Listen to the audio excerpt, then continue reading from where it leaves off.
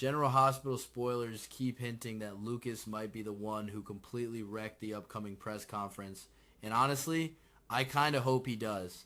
Not in a reckless way, not just for drama, but because someone has to finally stand up and say what is actually happening. If Lucas publicly accuses Sidwell right there, in front of cameras and microphones and all that fake political smiling, it would not just be chaos, it would be justice trying to breathe for once. And I feel like Lucas is at that breaking point, the kind where a person is tired of watching corruption dress itself up as strategy. I keep thinking about the possibility that Lucas has evidence. Not just suspicions, not just, emotional accusations, but real proof. Something solid. Maybe documents, maybe recordings, maybe even testimony that could link Sidwell directly to the manipulation behind the scenes. If Lucas walks into that press conference holding more than anger, holding facts, then the entire balance of power shifts. And the seat that Drew left behind, that empty senator chair that everyone is circling around like vultures, suddenly becomes less about political ambition and more about exposure. And I really believe Alexis is the one who should sit there. Not because she is perfect, not because she has never made mistakes, but because she feels like the most stable option in a storm that is getting uglier by the minute. If Laura was always planning to nominate Alexis in the first place, then this whole attempt to force Willow into that position feels like an insult to the process, like democracy reduced to a bargaining chip. It bothers me more than it should, maybe, but that is how it feels. Luca's not leaving the castle unless Marco leaves with him. That detail says so much about where his heart is. He is not just thinking about his own safety. He is thinking about Marco. And Marco, from what we are seeing, might be equally determined to protect Lucas from whatever darkness is hiding in those hallways. The castle is not just a location anymore. It feels like a trap layered with secrets and silent threats. And the fact that Pascal is basically monitoring Lucas almost all the time makes it worse. Lucas is not free. Not really. Marco staying behind to work for his father is complicated. On the surface, it looks suspicious. Why would he continue serving Sidwell if he knows what kind of man he is? But then there is that project. Some kind of long-term plan, something that promises big rewards for Marco if he sees it through. Maybe money, maybe influence, maybe independence from his father eventually. I can understand that temptation. It is hard to walk away from a future that looks secure even if it is built on questionable foundations. But the longer Marco stays in that castle, the deeper Lucas might dig. Secrets have a way of surfacing when people start asking the wrong questions, or the right ones, depending on how you look at it. I have this feeling that Lucas is going to stumble onto something even bigger than the blackmail photos. Something that makes him realize the corruption is not just personal, it is structural. There is also that scene that seems to be building, where Sidwell is talking to someone about manipulating Laura. The idea that he wants to force her hand to push her into nominating Willow instead of Alexis makes my stomach turn. Politics is already messy, but this feels personal. Sidwell mentioning the photos, whatever he currently has in his possession, that is not strategy. That is coercion. He is basically saying, do what I want or I expose you. In those photos, Laura and Sonny standing near Dalton's body in the past, that is heavy. Context matters, of course it does, but in the wrong hands, images can destroy reputations. Sidwell keeping them hidden, using them as leverage against both Laura and Sonny, shows exactly who he is. He does not want the truth. He wants control. Lucas realizing that and deciding he needs to act, that feels like a turning point. He is not someone who enjoys confrontation for the sake of it. But when justice is on the line, when someone is being cornered with blackmail, he cannot just stay silent. I respect that about him. Maybe that is why his relationship with Marco feels so powerful. It is not just romance. It is loyalty tested under pressure. Their love, as two men in the middle of all this political warfare, is actually one of the most beautiful parts of the story. It is not flashy. It is not exaggerated. It feels grounded. And the possibility that Marco might betray his own father for Lucas, that is not a small thing. That is not teenage rebellion. That is choosing love over blood, over legacy, over fear. If Lucas pushes Marco to prove his feelings, I can imagine Marco finally breaking, confessing everything, the plans he discussed with Sidwell, the allies involved, the layers of manipulation. That confession alone would be explosive. It would shatter whatever illusion Sidwell has about loyalty within his own family. And then there is the theft. Marco secretly stealing the photos that Sidwell has been guarding so carefully. I actually think that makes more sense than Lucas trying to do it himself. Lucas is being watched by Pascal almost constantly. Every move tracked. Every conversation probably monitored. He cannot risk it. But Marco, as Sidwell's son, might have access. He might know where the photos are hidden. In a safe, in a locked drawer, in some private office that only family can enter without raising suspicion. The day Marco succeeds in stealing those photos could easily be the same day as the press conference. That would be dramatic, yes, but also poetic. Sidwell, standing there, confident, convinced that Laura has no choice but to nominate Willow, believing he has the upper hand, and then realizing he does not have the leverage anymore, that the very thing he relied on has vanished. Imagine Lucas confronting him after that. Not yelling wildly, but calm. Too calm. Letting Sidwell know that the photos are gone. That the blackmail is over, and that if he continues to pressure Laura, Lucas is ready to go public with everything. The manipulation, the threats, the attempted coercion of an elected official.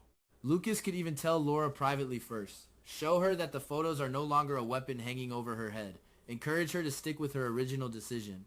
To nominate Alexis without fear.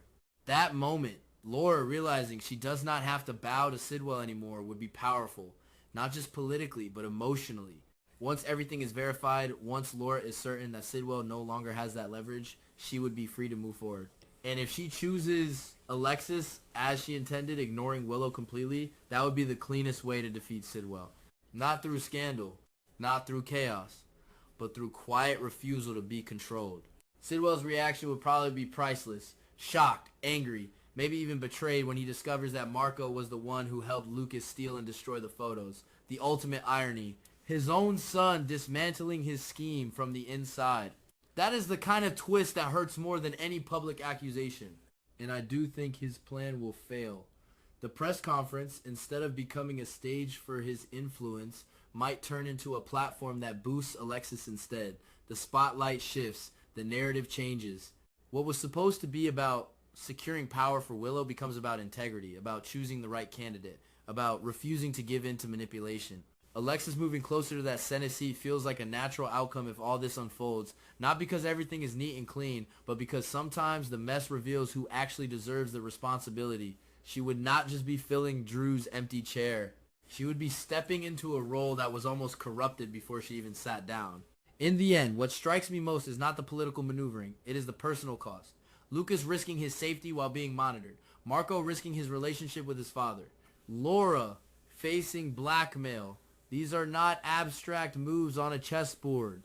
They are people making choices under pressure. And I find myself rooting for Lucas the most.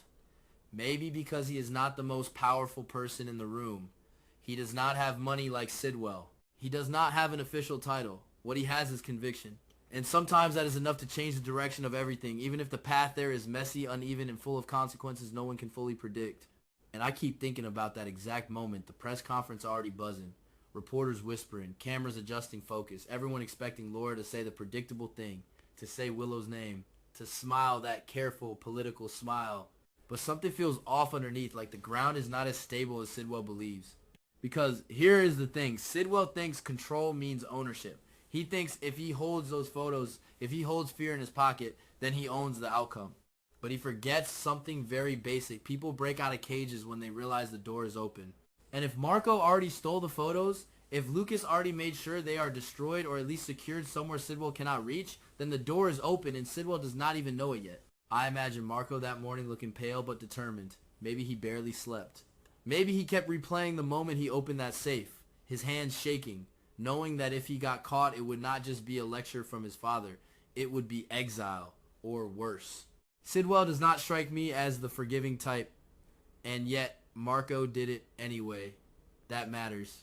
That says love is not just words whispered in dark rooms. It is action, risk, betrayal of blood for something he believes is cleaner. And Lucas, being watched by Pascal almost constantly, probably had to act normal. That is the part that stresses me out the most. Acting normal when you are planning something that could blow up an entire power structure. Smiling at breakfast.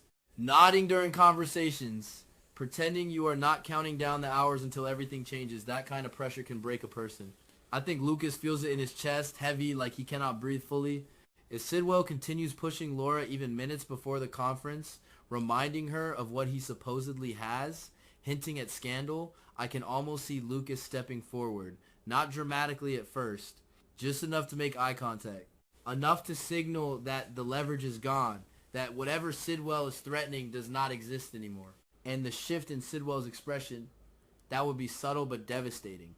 Confusion first, then calculation, then maybe anger. I personally think Lucas would not immediately expose everything in front of the press. He is smarter than that. He would give Sidwell one last chance to back down quietly, to stop pressuring Laura, to let the nomination happen without interference. But if Sidwell refuses, if he doubles down out of arrogance, then Lucas might have no choice. And that is when things get explosive.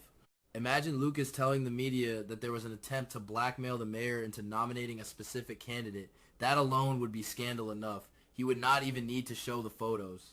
Just revealing that someone tried to manipulate the process would trigger investigations. Questions, headlines, and Sidwell's carefully crafted image would start cracking in real time. I also keep thinking about Laura in all this. She has been carrying the weight of those photos for who knows how long. The fear that context would not matter, that people would see her standing near Dalton's body and jump to conclusions. That fear can make even strong leaders hesitate. So when Lucas tells her the photos are no longer a weapon, I imagine relief hitting her like a wave. Not dramatic crying, just a long exhale she did not realize she was holding. And once she is certain, truly certain, that Sidwell cannot hurt her with those images anymore, I believe she will choose Alexis without hesitation. Not out of spite toward Willow, but out of principle. Alexis was her original plan. The most qualified. The one who understands the complexity of law and power. Choosing her becomes a statement that coercion does not work here. Sidwell, finding out that Marco was involved. That is where it gets personal in a way politics rarely does. A father realizing his own son dismantled his strategy. I do not think Sidwell will react with immediate rage in public. He is too controlled for that. But behind closed doors, the confrontation between him and Marco would be brutal. Words like betrayal, ungrateful, naive, maybe even accusations that Lucas manipulated Marco, that the relationship clouded his judgment. But I do not buy that. I think Marco knows exactly what he is doing. Yes, he benefits from that mysterious project. Yes, staying in the castle offered him future advantages. But at some point he must have realized that building success on blackmail is rotten from the inside. And maybe Lucas did not force him. Maybe Lucas simply showed him a different way to stand. There is also the possibility that even after the photos are gone, Sidwell tries one last desperate move. Maybe he hints that copies exist. Maybe he lies about backups. That would be in character. Control freaks rarely admit defeat cleanly. But if Marco was thorough, if he destroyed not just the originals but any duplicates, then Sidwell's threats become empty noise. And once people sense that someone's threats are hollow, their power evaporates fast. The press conference itself could shift tone completely. Instead of announcing Willow as the new senator, Laura confidently names Alexis. Cameras flash. Reporters shout questions. Some will be confused because rumors probably circulated about Willow being the favorite. And then, slowly, the narrative forms. Alexis stepping forward, composed, aware that something intense just unfolded behind the scenes. I think this moment would elevate Alexis in a way Sidwell never intended. The publicity, the drama, the sense that she emerged from a political storm, it all strengthens her image.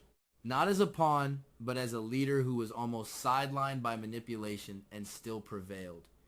And ironically, the very event Sidwell hoped to control becomes the stage that pushes Alexis closer to solidifying her seat. Lucas, after everything, would not feel triumphant in a loud way, more like drained. Justice is exhausting. Doing the right thing when you are being watched, when you are threatened indirectly, when the person you love is risking his relationship with his father, that takes something out of you. I imagine him and Marco later, alone, the adrenaline gone, just sitting in silence, processing what they did. Their relationship will not be untouched by this. Betraying Sidwell will have consequences. Maybe Marco loses his position at the castle. Maybe he walks away from that lucrative project. Maybe doors close. But sometimes losing a toxic foundation is the only way to build something honest. I actually think their bond will be stronger because of this. Tested by fire, as dramatic as that sounds. As for Sidwell, I do not think this is the end of him. People like that rarely disappear after one failed plan. But this failure would sting deeply. Because it is not just political, it is personal. His own son choosing a different side. Lucas publicly or privately undermining him. Laura refusing to bend. Alexis rising. And in the middle of all this, what stays with me is the idea that power built on fear is fragile. The moment fear is removed, everything collapses faster than anyone expects. Lucas understood that. Marco acted on it, Laura trusted it, and Sidwell, for all his calculation, underestimated it. So yes, I believe the plan will fail, the blackmail will crumble, the press conference will not crown Willow as intended. Instead, it will mark the beginning of Alexis stepping into that Senate seat with unexpected momentum. And Lucas, messy, imperfect, watched and pressured, will have played a central role in protecting the integrity of the whole process. Not because he wanted attention, but because he could not stand by and watch justice be twisted into something ugly. And that, more than any political victory, is what makes this storyline worth caring about.